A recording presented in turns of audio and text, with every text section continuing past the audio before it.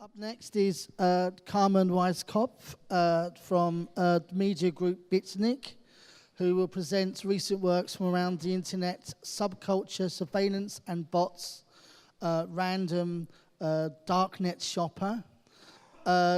Recently completed work where they directly connected art spaces with the darknet via an automated online shopping bot, creating a landscape of traded goods and same watching algorithms.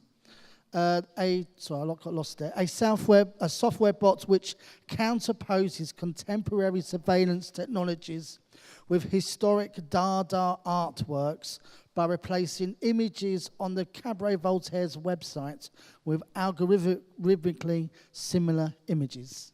Thank you.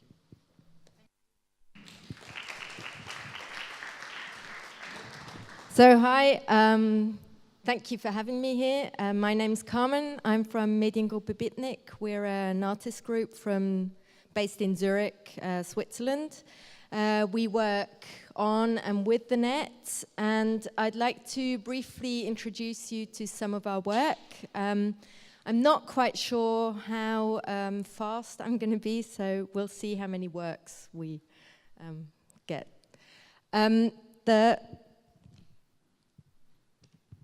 The first work I would like to briefly show you is called Delivery for Mr. Assange, a work we did in 2013, which I think works or ties in very well with the topic today. Basically, we sent a parcel containing a camera to Julian Assange at the Ecuadorian embassy here in London. I think what got us started on this work was actually the place surrounding the Ecuadorian embassy. So I don't know if you know that after Julian Assange fled to the embassy, the Ecuadorian embassy in 2012, the embassy was surrounded by British police for at least 3 years. I think they backed down in 2015, so a few months ago. We thought that was a really interesting place because it was actually at the time one of the only places where we thought you could actually feel this geopolitical stalemate going on between internet aficionados and the powers that be, which is a conflict you usually don't get to see. And we as artists are really interested in images or, situations produced by these conflicts that become really tangible. So we asked ourselves, how can we involve ourselves as artists within this geopolitical stalemate? And we quickly realized, looking at the situation, that the postal system was one of the only systems still functioning really well. So there were postal people going in and out of the Ecuadorian embassy on a daily basis. And we thought, oh, that's quite interesting. It's an interesting way of circumventing this police barrier. Why don't we send a piece of mail? What would happen to it? Because we wanted to know what would happen to it, we had to put a camera inside the piece of mail. So it became a parcel with a hole in the side. You can see it here, where we placed the camera, and we basically addressed it to Julian Assange at the Ecuadorian embassy and sent it from here in London to here in London. And what we got was a feed of images. So the camera would take one still image every around 10 to 15 seconds and upload the image directly to the internet, to our website. And you could just go online and watch this feed. It was a bit, like 1996, because it wasn't, video, it was still images. So this is queuing up at the post office. We really didn't know whether the parcel would be accepted, but it was, and it immediately vanished into a red postal bag, as you could probably expect. We really didn't know what to expect from this, and I'm only going to show you a few selected images from the whole 10,000 images that we took over this journey. But you can look at this online if you want to go and see it. So this parcel spent an awful lot of time in postal bags, but it did, appear sometimes outside the bag. This is an image from, I think, Mount Pleasant sorting office here in London. So it's that type of imagery you get. It's unmanned photography. It's a parcel being pushed through a mail system. And suddenly you also get the images of what happens to your piece of mail when you throw it, in the letterbox, and it, disappears and then comes out the other side. And we thought that was really interesting, and also hoped other people found this interesting, which actually was the case. So people online really started to watch this feed and comment on it. People were very helpful with trying to figure out what location the parcel was at. We don't know the British mail system so well, and there were postal workers helping us out with, I recognize this location, and I think this is happening. Our servers actually went down from all the interest a few times. People put up mirrors and captured the images from the parcel, like redirecting or creating other places where you could watch this. The parcel went out to Heathrow and then came back into the city. And here we're already on the delivery route outside the Ecuadorian embassy. We called it like the first street view image. It was the first time we got an image of outside space. And so at this point, the parcel was on the road for about 24 hours, roughly. People online were going, hey, Bitnik, when do you think this thing will be delivered? Because I've been watching this for like hours, and I really need to get some work done. People were going, can somebody please go down and take a picture of this van from the outside, And we really wanted to see what would happen to this. Would it be taken out of the mail system, this piece of mail? And this was really the moment that became really interesting. You can't see a lot. It's a wooden floor. So at this point, we were thinking, maybe we're already inside the embassy, but we didn't know. And this was then the first image we got from the inside of the embassy. Somebody online immediately said, this is the ante or the waiting room before you get to meet the ambassador of Ecuador. And then we got these images.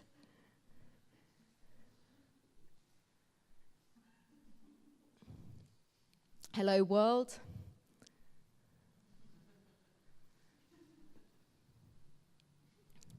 And then Julian Assange took over, or took the parcel camera and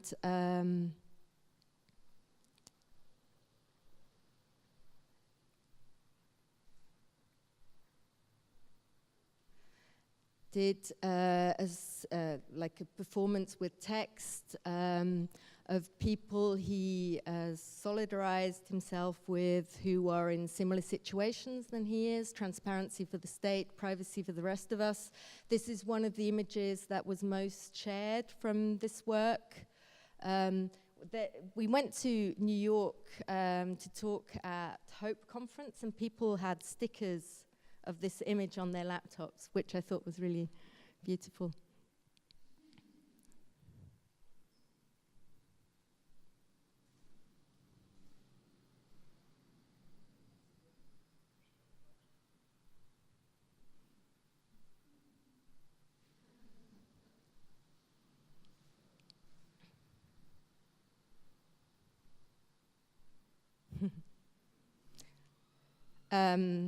Yep.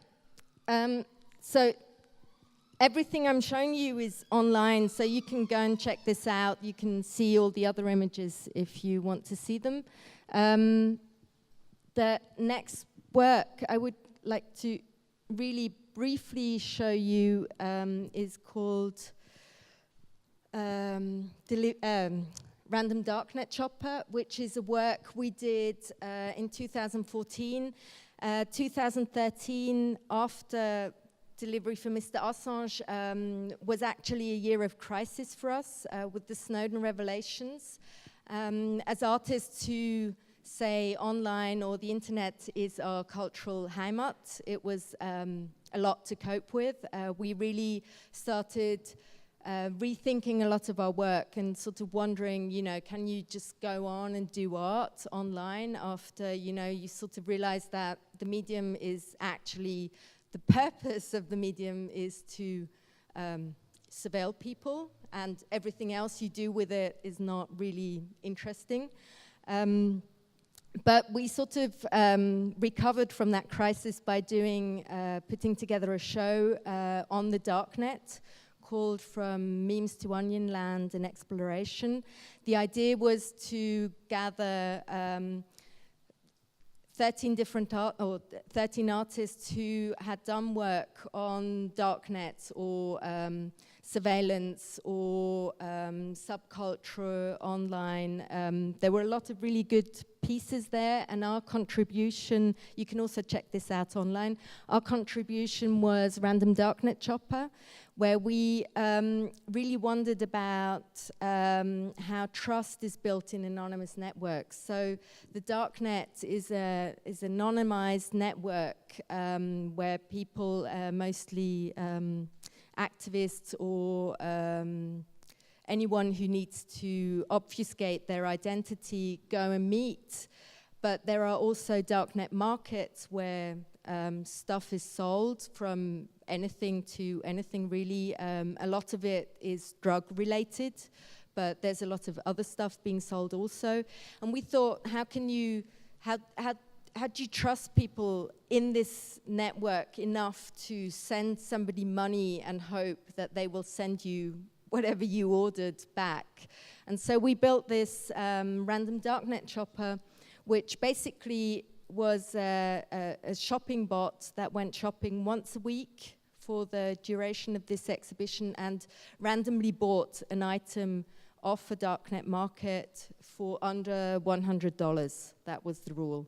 The robot had a Bitcoin account and just automatically always went shopping on Wednesdays.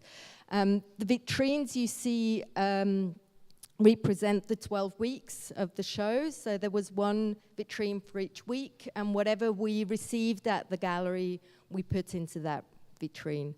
So it was actually a direct connection between the darknet and the art gallery space, which is like the very unpublic and the very public. And yeah, so that's sort of the Random Darknet Chopper, the representation in the exhibition. And I'm going to go through this really quickly because we don't have that much time. But if you look at the online blog, you see, where these items were shipped from and how long it took for them to arrive and how much they cost. This was the first item the Random Darknet Chopper ordered, and one of my personal favorites. It's a Fire Brigade master key set from the UK. And every time I come here, I think I have to take this key set here to find out whether it really opens doors. So the promise is that it opens any utility doors in the UK that the fire brigade may need access to. And I have no idea whether it's true, but I really like the promise. You can also get it totally legally on Amazon if you're interested, for like half the price than, on the darknet.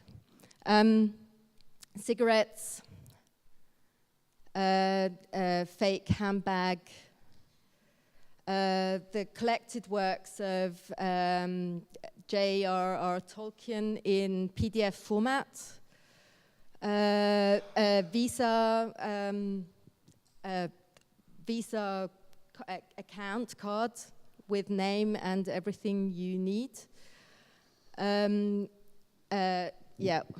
Sorry, I brought the wrong picture. Ecstasy, 10 pills. They're missing here, we'll get to that in a minute. Trainers, Nike Jeezy, I think. A cap with a built-in camera, so a spy cap. You can, there's a camera in the little hole. This is a service provided by somebody on the darknet to see whether your mail is being read, so you can have them send you an empty letter and trace the letter to see whether it's opened. A Sprite stash can, trouser jeans, diesel jeans, and a passport scan of a Hungarian passport. These were the 12 items the random darknet shopper bought in Switzerland, and we exhibited them for 3 months, for the 12 weeks. The day after we took down the exhibition, the public prosecutor seized the whole work, and it took us a while to understand why, because of the point in time he had done this. It was very confusing for us. But then we learned that they were worried about harm to third parties because of the drugs. And we then had to claim these were our drugs, so we were charged with drug possession and, illegally possessing drugs and potentially harming third parties. We were summoned for questioning, which was very interesting because it was a very strange, bizarre discussion about art and the responsibility of bots. We were asked things like, had we had any part in choosing the items, things like that. So, but it was actually, the public prosecutor was very interested in examining some of the questions. He did not want to go into responsibility of bots, because that is, I think, a question that is important to answer. Nobody probably can at the moment. So he was really happy to just go ahead and charge us and not worry about the bot, which of course in our case is easy because we're artists. So we do claim responsibility for this work. Whereas if you're talking about Google self-driving cars, it then becomes a bit more complicated than in our case. In June last year or May last year, all charges were dropped. We were handed back all the items the random darknet shopper had bought, except for the drugs, which were destroyed. Although we tried to intervene and say it was the destroying of an art piece, they did not want to go down that road, and they just destroyed them anyway. And so after the random darknet shopper was released, we decided to continue the work into other places, also trying to find out about different legal jurisdictions. And this was one of the very nice headlines: drug buying robot arrested in Switzerland. And somebody wrote, please remember that 2015 was the year a robot got arrested while doing performance art. And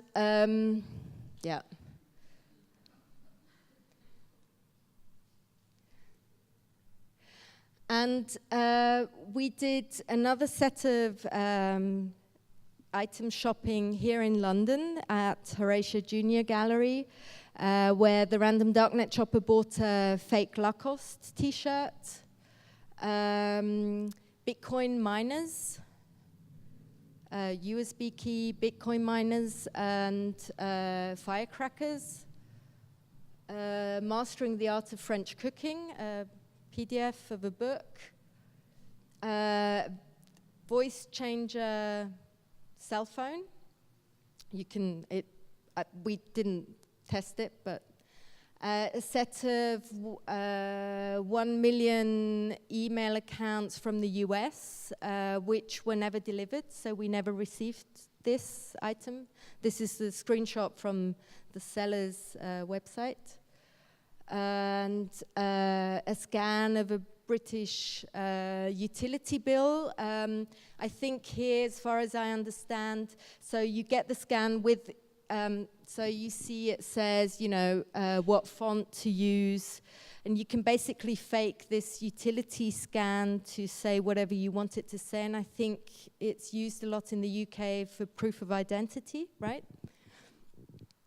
Then how to hack a Coca-Cola machine. And then we moved, in February this year, we moved Random Darknet Chopper to Axioma Gallery in Ljubljana, where it bought the last set of 5 items. The first one was a fake $50 gold coin from Canada. So it's the same weight and it looks to be golden, but it's not. Kamagra, which is a Viagra copy from India, or produced in India legally. This is how to not be caught when navigating in the darknet.